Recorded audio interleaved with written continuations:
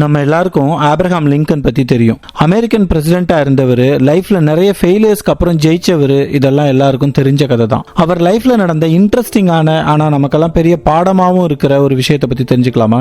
அது American civil war நடந்துட்டு இருந்த காலம். லிங்கன் ஒரு மூத்த பொறுப்பான அதிகாரிய முக்கியமான ஒரு பதவியில நியமிக்கிறாரு. ஆனா அந்த அதிகாரியோ ரொம்ப திமிர் பிடிச்சவராகவும் யாரையும் மதிக்காம தன்னோட தவறுகள் அடுத்தவங்க மேல சுமத்துறதையும் வாடிக்கையா வச்சிருந்தாரு. இப்படியே நாட்கள் நகர அந்த அதிகாரி பற்றிய தகவல் லிங்கன் காதுகளுக்கு வருது. கோபத்தோட உச்சிக்கே போன லிங்கன் அன்னைக்கு ராத்திரியே அந்த அதிகாரிக்கு ஒரு கடிதம் எழுதுறாரு. உணர்ச்சி மிகுந்த வார்த்தைகள், கடுமையான விமர்சனங்கள் உள்ளடக்கிய அந்த லெட்டர்ல வரிக்கு வரி விரக்தி தான் இருந்துச்சு. அந்த அதிகாரியோட வேலையே போற அளவுக்கு ரொம்ப ஆக்ரோஷமான கடிதமா அது இருந்துச்சு. எழுதி முடிச்ச அந்த லெட்டரை டிரால வச்ச லிங்கன் அடுத்த நாள் காலையில கோபம்லாம் குறைஞ்சதுக்கு அப்புறம் எடுத்து படிச்சு பாக்குறாரு. தான் எழுதின பவர்ஃபுல்லான வரிகளை படிச்ச லிங்கனே கொஞ்சம் கலங்கி தான் போயிட்டாரு. பிறகு அந்த கடிதத்தை அந்த அதிகாரிக்கு அனுப்பவே இல்லை. ஒரு இடத்துல லிங்கன் சொல்றாரு, நான் கோபத்தில் இது போன்ற பல கடிதங்கள் எழுதியிருக்கிறேன், ஆனால் ஒன்றை கூட அனுப்பியதில்லை. அவ்வளவு பெரிய சக்தி வாய்ந்த பதவியில் இருந்த லிங்கன் நினைச்சிருந்தா என்ன வேணும்னா செஞ்சிருக்கலாம். ஆனா கோபத்தில் எடுக்கிற முடிவு எப்பவுமே தப்பா தான் போகும்னு அவருக்கு தெரிஞ்சிருக்கு. சரியான முறையில ஃபீட்பேக் கொடுக்கப்பட்டதால அந்த மோசமான அதிகாரி தன் நடவடிக்கையை மாத்திட்டு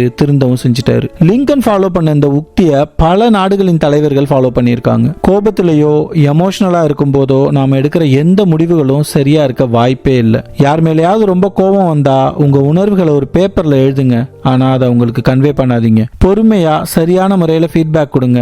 அப்படி கொடுக்கப்பட்ட ஃபீட்பேக்கு தான் வேல்யூ அதிகம், ரிசல்ட்டும் நீங்க எதிர்பார்த்த மாதிரி பாசிட்டிவா இருக்கும். முயற்சி பண்ணி தான் பாருங்களேன்.